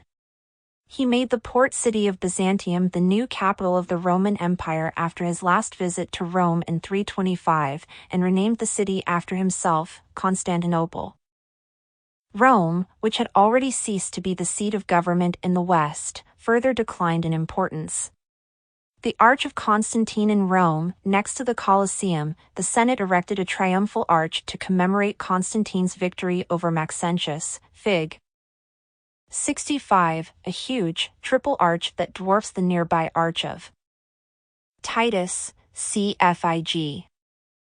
36. Its 3 barrel-vaulted passageways are flanked by columns on high pedestals and surmounted by a large attic story with elaborate sculptural decoration and a laudatory inscription, to the Emperor Constantine from the Senate and the Roman people. Since through divine inspiration and great wisdom he has delivered the state from the tyrant and his party by his army and noble arms. Dedicate this arch, decorated with triumphal insignia. The triumphal insignia were in part appropriated from earlier monuments made for Constantine's illustrious predecessors, Trajan, Hadrian, and Marcus Aurelius. The reused items visually transferred the old Roman virtues of strength, courage, and piety associated with these earlier exemplary emperors to Constantine himself. New reliefs were made for the arch to recount the story of Constantine's victory and to symbolize his own power and generosity. They run in strips underneath the reused Hadrianic tondi, Fig. 66. Although the new Constantinian reliefs reflect the long-standing Roman predilection for depicting important events with recognizable detail, they nevertheless represent a significant change in style, approach, and subject matter. See lower figural frieze in Fig. 65. In this scene of Constantine addressing the Roman people in the Roman Forum, the Constantinian reliefs are easily distinguished from the reused Hadrianic tondi mounted just above them because of the faithfulness of the new reliefs to the avant-garde tetrarchic style we have already encountered in portraiture. The forceful, blocky, mostly frontal figures are compressed into the foreground plane. The participants to the sides, below the enthroned Constantine, almost congeal into a uniformly patterned mass that isolates the new emperor and connects him visually with the seated statues of his illustrious predecessors flanking him on the dais. This two-dimensional, hierarchical approach with its emphasis on authority and power rather than on individualized outward form is far removed from the classicizing illusionism of earlier imperial reliefs. It is one of the Roman styles that will be adopted by the emerging Christian Church. The Basilica Nova. Constantine's rival Maxentius, who controlled Rome throughout his short reign, ordered the repair of older buildings there and had new ones built. His most impressive undertaking was a huge new basilica, just southeast of the imperial forums, called the Basilica Nova, or New Basilica, Fig. 67, now known as the Basilica of Maxentius and Constantine. This was the last important imperial government building erected in Rome. Like all basilicas, it functioned as an administrative center and provided a magnificent setting for the emperor when he appeared as supreme judge. Earlier basilicas, such as Trajan's Basilica Ulpia, Fig. 44, had been columnar halls, but Maxentius ordered his engineers to create the kind of large, unbroken, vaulted space found in public baths. The central hall was covered with groin vaults, and the side aisles were covered with lower barrel vaults that acted as buttresses, or projecting supports, for the central vault and allowed generous window openings in the clerestory areas over the side walls. 3 of these brick and concrete barrel vaults still loom over the streets of present-day Rome, Fig. 67a. The basilica originally measured 300 by 215 feet and the vaults of the central nave rose to a height of 114 feet. A groin-vaulted porch extended across the short side and sheltered a triple entrance to the central hall. At the opposite end of the long axis of the hall was an apse of the same width, which acted as a focal point for the building, see Figs. 67b, 67c. Such directional focus along a central axis from entrance to apse was adopted by Christians for use in basilican churches. Constantine, seeking to impress the people of Rome with visible symbols of his authority, put his own stamp on projects Maxentius had started, including this one. He may have changed the orientation of the Basilica Nova by adding an imposing new entrance in the center of the long side facing the Via Sacra and a giant apse facing it across the 3 aisles. He also commissioned a colossal, 30-foot statue of himself to be placed inside within an apse. Fig. 68. Sculptors used white marble for the head, chest, arms, and legs, and sheets of bronze for the drapery, all supported on a wooden frame. This statue became a permanent stand-in for the emperor, representing him whenever the conduct of business legally required his presence. The head combines features of traditional Roman portraiture with some of the abstract qualities evident in images of the tetrarchs, Fig. 61. The defining characteristics of Constantine's face, his heavy jaw, hooked nose, and jutting chin, have been incorporated into a stylized, symmetrical pattern in which other features, such as his eyes, eyebrows, and hair, have been simplified into repeated geometric arcs. The result is a work that projects imperial power and dignity with no hint of human frailty or imperfection.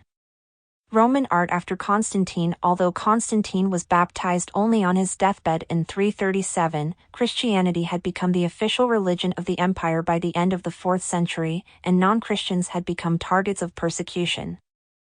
This religious shift, however, did not diminish Roman interest in the artistic traditions of their pagan classical past.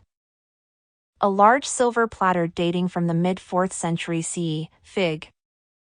69, proves that artists working for Christian patrons continued to use pagan themes, allowing them the opportunity to create elaborate figural compositions displaying the nude or lightly draped human body in complex, dynamic poses. The platter was found in a cache of silver tableware near Mildenhall, England, including spoons engraved with Christian symbols. The original owner of the hoard was likely to have been a wealthy Roman Christian, living in the provinces. Such opulent items were often hidden or buried to protect them from theft and looting, a sign of the breakdown of the Roman peace, especially in provincial areas. The backsheet revelers on this platter whirl, leap, and sway in a dance to the piping of satyrs around a circular central medallion. In the centerpiece, the head of the sea god Oceanus is ringed by nude females frolicking in the waves with fantastic sea creatures. In the outer circle, the figure of Bacchus is the one stable element. With a bunch of grapes in his right hand, a crater at his feet, and one foot on the haunches of his panther, he listens to a male follower begging for another drink. Only a few figures away, the pitifully drunken hero Hercules has lost his lion skin mantle and collapsed in a stupor into the supporting arms of two satyrs. The detail, clarity, and liveliness of this platter reflect the work of a virtuoso artist. Deeply engraved lines emphasize the contours of the subtly modeled bodies, echoing the technique of undercutting used to add depth to figures in stone and marble reliefs and suggesting a connection between silverworking and relief sculpture. Not all Romans, however, converted to Christianity. Among the champions of paganism were the Roman patricians Quintus Aurelius Symmachus and Virius Nicomachus Flavianus. A famous ivory diptych, Fig. 70, attests to the close relationship between their families, perhaps through marriage, as well as to their firmly held beliefs. A diptych was a pair of panels attached with hinges, not unlike the modest object held by the woman in Fig. 35, but in this case made of a very precious material and carved with reliefs on the exterior sides. On the interior of a diptych there were shallow, tray-like recessions filled with wax, into which messages could be written with a stylus and sent with a servant as a letter to a friend or acquaintance, who could then smooth out the wax surface, incise a reply with his or her own stylus, and send the diptych back to its owner with the servant. Here one family's name is inscribed at the top of each panel. On the panel inscribed Symmachorum, a stately, elegantly attired priestess burns incense at a beautifully decorated altar. On her head is a wreath of ivy, sacred to Bacchus. She is assisted by a small child, and the event takes place out of doors under an oak tree, sacred to Jupiter. Like the silversmiths, Roman ivory carvers of the 4th century CE were highly skillful, and their work was widely admired. For conservative patrons like the Nicomachus and Symmachus families, they imitated the Augustan style effortlessly. The exquisite rendering of the drapery and foliage recalls the reliefs of the Arapaces, Fig.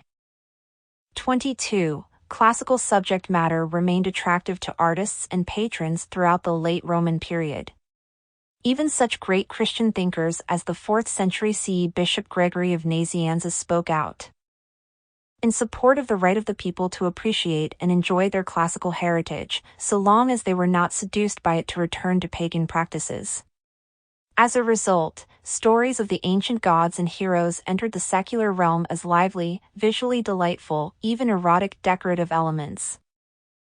As Roman authority gave way to local rule by powerful barbarian tribes in much of the West, many people continued to appreciate classical learning and to treasure Greek and Roman art. In the East, classical traditions and styles were cultivated to become an enduring element of Byzantine art. 7 Jewish and Early Christian Art. In this painting in a Roman catacomb, Fig. Saint Peter, like Moses before him, strikes a rock and water flows from it. Imprisoned in Rome at the end of his missionary journeys, Peter was said to have converted his fellow prisoners and jailers to Christianity, but he needed water with which to baptize them. Miraculously, a spring gushed forth at the touch of his staff. In spite of his all-too-human frailty, Peter became the rock on which Jesus founded the church. He was considered the first bishop of Rome, predecessor of today's pope. By including this episode from the life of Peter in the chamber's decoration, the early Christians, who dug this catacomb as a place to bury their dead, may have sought to emphasize the importance of their own city in Christian history. In the star-studded heavens painted on the vault of this chamber, floats the face of Christ, flanked by the first and last letters of the Greek alphabet, Alpha and Omega. Here Christ takes on the guise not of the youthful teacher or miracle worker seen so often in early Christian art, but of a more mature Greek philosopher, with long beard and hair. The halo of light around his head indicates his importance and his divinity, a symbol appropriated from the conventions of late Roman imperial art, where halos often appeared around the heads of emperors. These two catacomb paintings represent two major directions of early Christian art, the narrative and the iconic, that will continue to be important as this visual tradition develops. The narrative image recounts an event drawn from St. Peter's life, striking the rock for water, which in turn evokes the establishment of the church as well as the essential Christian rite of baptism. The iconic image, Christ's face flanked by Alpha and Omega, offers a tangible expression of an intangible concept. The letters signify the beginning and end of time and, combined with the image of Christ, symbolically represent not a story, but an idea, the everlasting dominion of the heavenly Christ. Throughout the long and continuing history of Christian art, these two tendencies will be apparent: the narrative urge to tell a good story, whose moral or theological implications often have instructional value, and the desire to create iconic images that symbolize the core concepts and values of the developing religious tradition.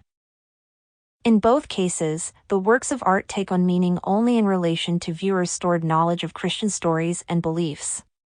This art was made not to teach non-readers new stories or concepts, as is so often claimed, but rather to remind faithful viewers of stories they had already heard, perhaps to draw specific lessons in their retelling, or to highlight ideas that were central to religious belief and would guide the religious devotional practice it inspired. Jews, Christians, and Muslims, three religions that arose in the Near East, still dominate the spiritual life of the Western world today: Judaism, Christianity, and Islam.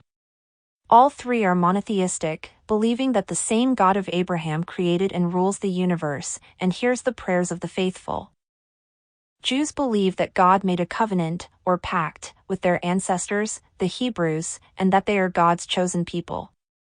They await the coming of a Savior, the Messiah, the Anointed One.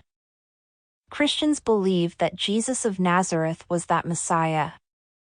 They believe that in Jesus, God took human form, preached among men and women, suffered execution, then rose from the dead and ascended to heaven after establishing the Christian Church under the leadership of the apostles.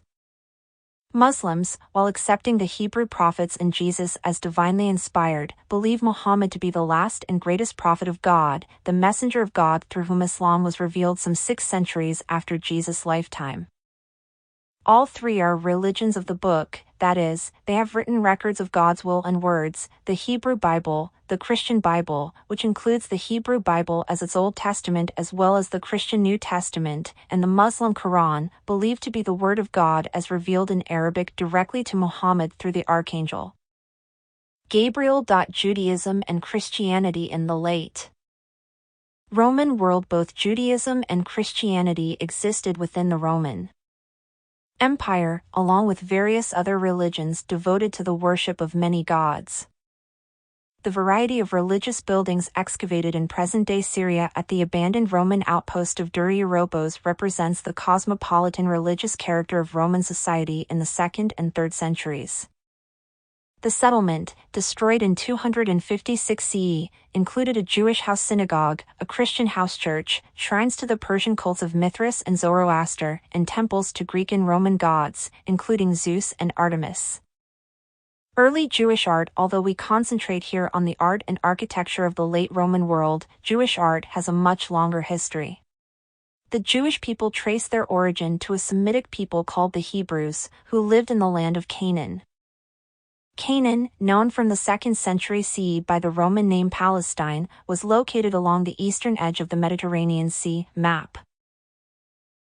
According to the Torah, the first 5 books of the Hebrew Bible, God promised the patriarch Abraham that Canaan would be a homeland for the Jewish people, a belief that remains important for some Jews to this day. Jewish settlement of Canaan probably began sometime in the 2nd millennium BCE. According to Exodus, the 2nd book of the Torah, the prophet Moses led the Hebrews out of slavery in Egypt to the promised land of Canaan. At one crucial point during the journey, Moses climbed alone to the top of Mount Sinai, where God gave him the 10 Commandments, the cornerstone of Jewish law. The commandments, inscribed on tablets, were kept in a gold-covered wooden box, the Ark of the Covenant. Jewish law forbade the worship of idols, a prohibition that often made the representational arts, especially sculpture in the round, suspect. Nevertheless, artists working for Jewish patrons depicted both symbolic and narrative Jewish subjects, and they drew from the traditions of both Near Eastern and classical Greek and Roman art. The first temple in Jerusalem in the 10th century BCE, the Jewish king Solomon built a temple in Jerusalem to house the Ark of the Covenant. According to the Hebrew Bible, he sent to nearby Phoenicia for cedar, cypress, and sandalwood, and for a superb construction supervisor. Later known as the First Temple, this building was the spiritual center of Jewish life. Biblical texts describe courtyards, 2 bronze pillars, an entrance hall, a main hall, and the Holy of Holies, the innermost chamber that housed the Ark and its guardian cherubim, or attendant angels. In 586 BCE, the Babylonians, under King Nebuchadnezzar II, conquered Jerusalem. They destroyed the temple, exiled the Jews, and carried off the Ark of the Covenant. When Cyrus the Great of Persia conquered Babylonia in 539 BCE, he permitted the Jews to return to their homeland and rebuild the temple, which became known as the Second Temple. When Canaan became part of the Roman Empire, Herod the Great restored the Second Temple. In 70 CE, Roman forces led by the general and future Emperor Titus destroyed and looted the Second Temple and all of Jerusalem, a campaign the Romans commemorated on the Arch of Titus. The site of the Second Temple, the Temple Mount, is also an Islamic holy site, the Haram al-Sharif, and is now occupied by the shrine called the Dome of the Rock. Jewish catacomb art in Rome. Most of the earliest surviving examples of Jewish art date from the Hellenistic and Roman periods. 6 Jewish catacombs, discovered on the outskirts of Rome and in use from the 1st to 4th centuries CE, display wall paintings with Jewish themes. In one example, from the 3rd century CE, 2 menorahs flank the long-lost Ark of the Covenant, Fig. The continuing representation of the menorah, one of the precious objects looted from the Second Temple, kept the memory of the lost Jewish treasures alive. Synagogues. Judaism has long emphasized religious learning. Jews gather in synagogues for study of the Torah, considered a form of worship. A synagogue can be any large room where the Torah scrolls are kept and read. It was also the site of communal social gatherings. Some synagogues were located in private homes or in buildings originally constructed like homes. The first Dura Europos synagogue consisted of an assembly hall, a separate alcove for women, and a courtyard. After a remodeling of the building, completed in 245 CE, men and women shared the hall, and residential rooms were added. 2 architectural features distinguish the assembly hall, a bench along its walls and a niche for the Torah scrolls, Fig.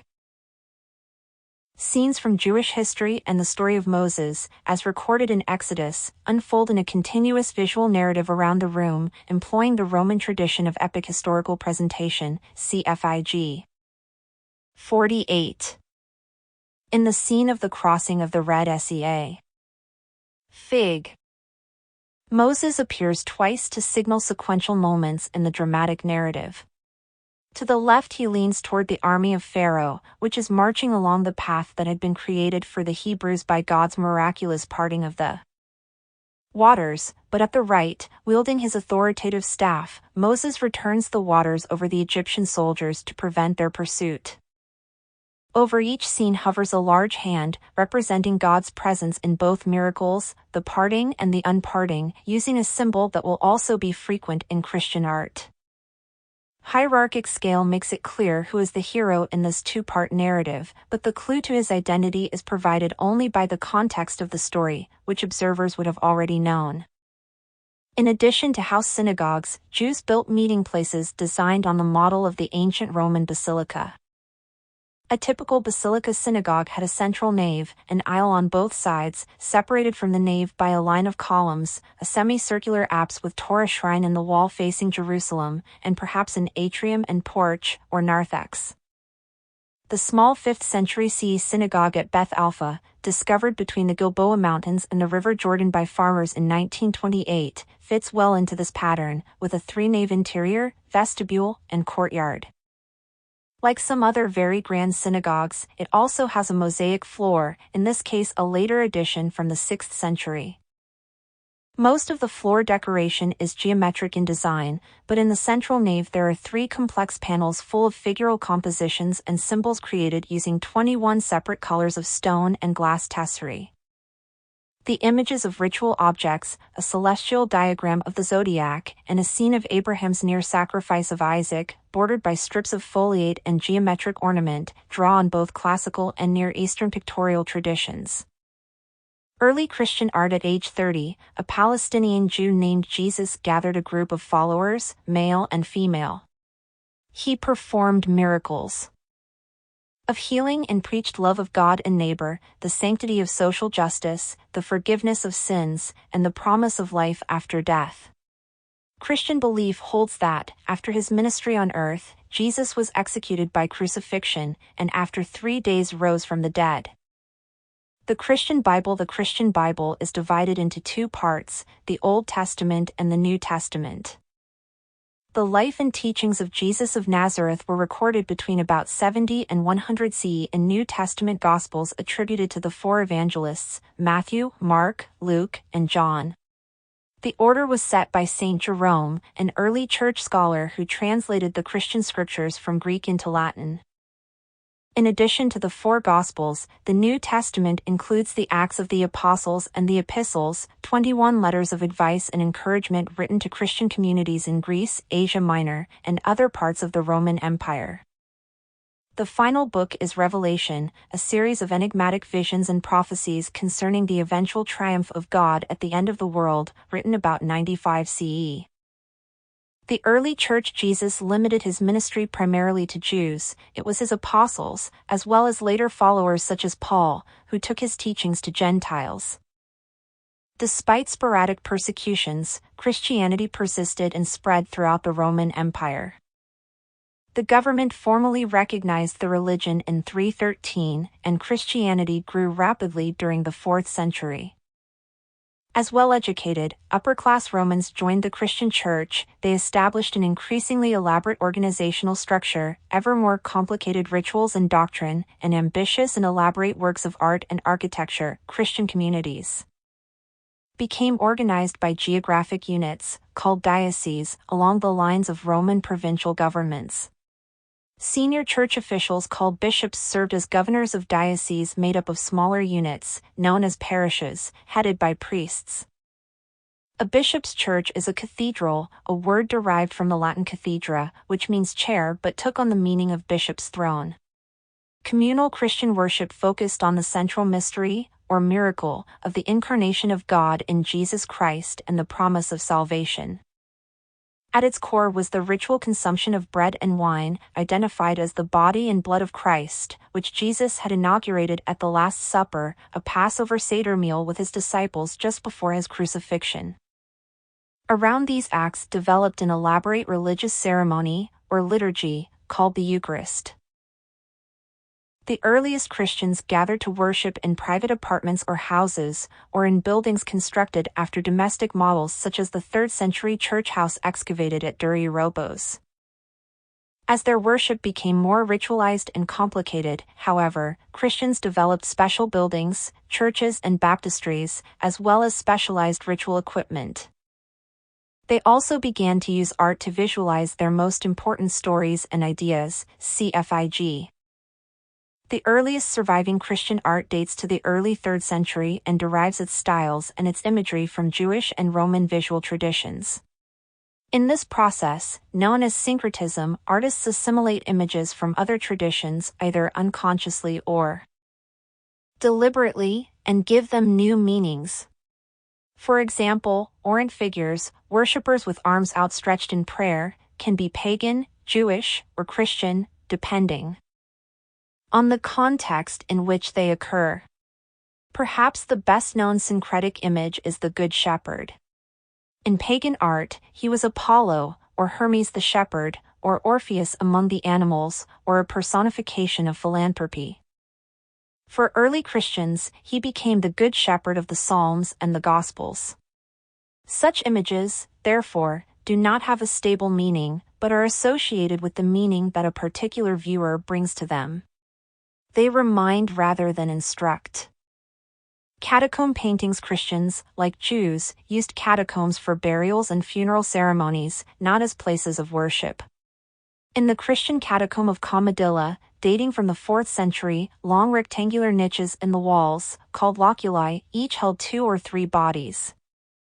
Affluent families created small rooms, or cubicula, off the main passages to house sarcophagi, cfig.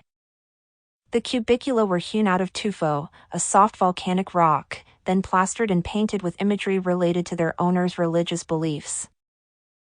The finest early Christian catacomb paintings resemble murals in houses such as those preserved at Rome and Pompeii.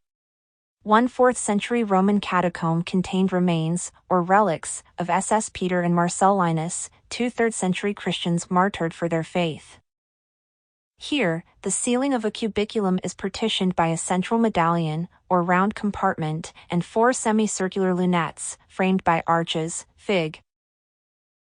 At the center is a Good Shepherd, whose pose has roots in classical sculpture. In its new context, the image was a reminder of Jesus' promise, "I am the Good Shepherd." A good shepherd lays down his life for the sheep. The semicircular compartments surrounding the Good Shepherd tell the story of Jonah and the sea monster from the Hebrew Bible, in which God caused Jonah to be thrown overboard, swallowed by the monster, and released, repentant and unscathed, 3 days later. Christians reinterpreted this story as a parable of Christ's death and resurrection, and hence of the everlasting life awaiting true believers, and it was a popular subject in Christian catacombs. On the left, Jonah is thrown from the boat. On the right, the monster spits him up, and below, between these two scenes, Jonah reclines in the shade of a vine, a symbol of paradise. Orant figures stand between the lunettes, presumably images of the faithful Christians who were buried here. Sculpture. Early Christian sculpture before the 4th century is rarer than painting.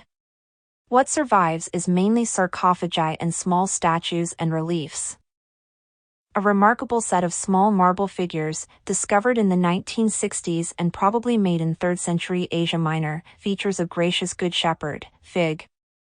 Because it was found with sculptures depicting Jonah, as we have already seen, a popular early Christian theme, it is probably from a Christian context. Imperial Christian architecture and art. When Constantine issued the Edict of Milan in 313, granting all people in the Roman Empire freedom to worship whatever god they wished, Christianity and Christian art and architecture entered a new phase.